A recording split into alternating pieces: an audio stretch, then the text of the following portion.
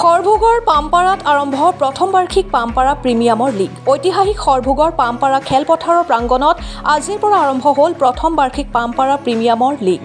আজিৰ উদ্বোধনী অনুষ্ঠানত উপস্থিত থাকে ৪০ নং সৰভোগ সমষ্টিৰ বিধায়ক মনোৰঞ্জন তালুকদাৰ, বৰপেটা জিলা বিজেপিৰ সভাপতি মহেন্দ্ৰ দাস, বিশিষ্ট ব্যৱসায়ী নৱদ্বীপ দাস, সৰভোগ আৰক্ষী থানাৰ পৰিদৰ্শক প্ৰণৱ কুমাৰ দাস, বৰপেটা ৰোডৰ বিশিষ্ট সমাজকৰ্মী মুজামিল হকৰ লগতে কেইবাজনো বিশিষ্ট ব্যক্তি। এই প্ৰিমিয়াৰ লীগত প্ৰথম পুৰস্কাৰ পোৱা দলটোক ৫০,০০০ টকা আৰু ট্ৰফি, দ্বিতীয় পুৰস্কাৰ পোৱা দলটোক ৩০,০০০ টকা আৰু ট্ৰফি প্ৰদান কৰিব। আনফালে মেন অৱ দি ছিৰিজ ৪,০০০ টকা আৰু trophy, man of the match ২,০০০ টকা প্ৰদান কৰিব।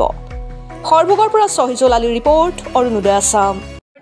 PPL ছিজন 1ৰ আজি শুভাৰম্ভ হ'ব আৰু এই শুভ মুহূৰ্তত আমি সমূহ ৰাইজক এই অনুষ্ঠান উপভোগ কৰাৰ কাৰণে আহ্বান জনাইছোঁ। এই PPL অনুষ্ঠান পাতিবলৈ গৈ আমাৰ যিহেতু এই অঞ্চলত ফিল্ডৰ অভাৱ আছিল, প্ৰতিজন খেতিয়কৰ পৰা আমি মাটি তেওঁলোকৰ বিনিময় দি মাটি লৈ আমি ফিল্ড প্ৰস্তুত কৰিছোঁ। আৰু প্ৰতিজন যুৱকে পামপাৰা প্ৰতিজন যুৱকে নিজৰ গাঁঠি ধন খৰচ কৰি এই অনুষ্ঠান পাতিছে আৰু ইয়াত বহুত কষ্ট কৰিছে প্ৰতিজন যুৱকে। এজনে কোনোবাই মেইন ষ্টেজ দিছে, কোনোবাই পেভিলিয়ন 1 দিছে, কোনোবাই পেভিলিয়ন 2 দিছে, কোনোবাই ষ্টাম্প দিছে, কোনোবাই বল দিছে, কোনোবাই মেডিকেলৰ আৰ্টিকেলবিলাক দিছে। এনেকৈ চব পামপাৰা এণ্টায়াৰ পামপাৰাৰ যুৱ সমাজে এই খেলৰ কাৰণে কষ্ট আৰু অৰ্থ প্ৰয়োগ কৰিছে আৰু আশা ৰাখিছোঁ এই খেলখন আমাৰ সুকলমে পৰিচালিত হ'ব আৰু ৰাইজে চাই ভাল পাব। অসমৰ অল ইণ্ডিয়াৰ player, not only Assam, all ইণ্ডিয়াৰ যিকোনো ঠাইৰ পৰা এই খেলত প্লেয়াৰ আহি খেলিব পাৰিব বুলি আমাৰ ইয়াত হেৰি কৰা আছে।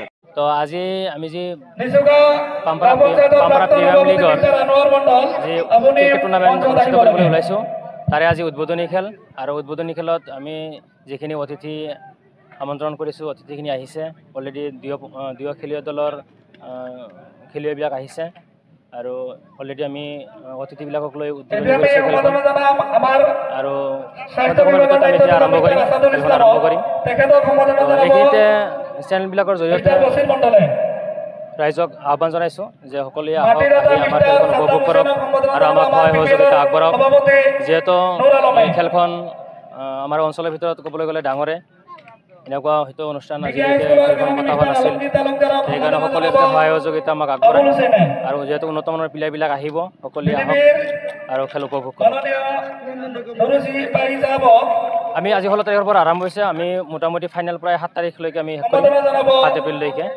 তো ৰোজা বুলি আমি প্ৰথম ৰাউণ্ডটো আমি এখনকৈ খেল অনুষ্ঠিত কৰিম আৰু ঈদৰ পিছতে আমি 2খন হওক বা 3খনকৈ খেল হ'লেও আমি অনুষ্ঠিত কৰি আমি চূড়ান্ত খেললৈ উপনীত হ'ম।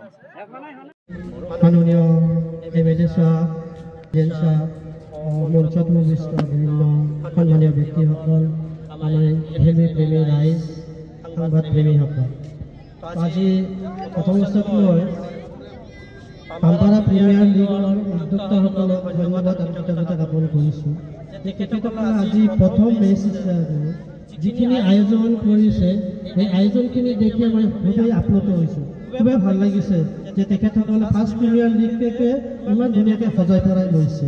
তো মই ভাবোঁ যে এই ক্ৰিকেট খেলৰ জৰিয়তে আমাৰ প্লেয়াৰবিলাকৰ ভিতৰত হাৰ আৰু জিত এই দুটা বস্তুৱে সম্বন্ধ নাথাকে।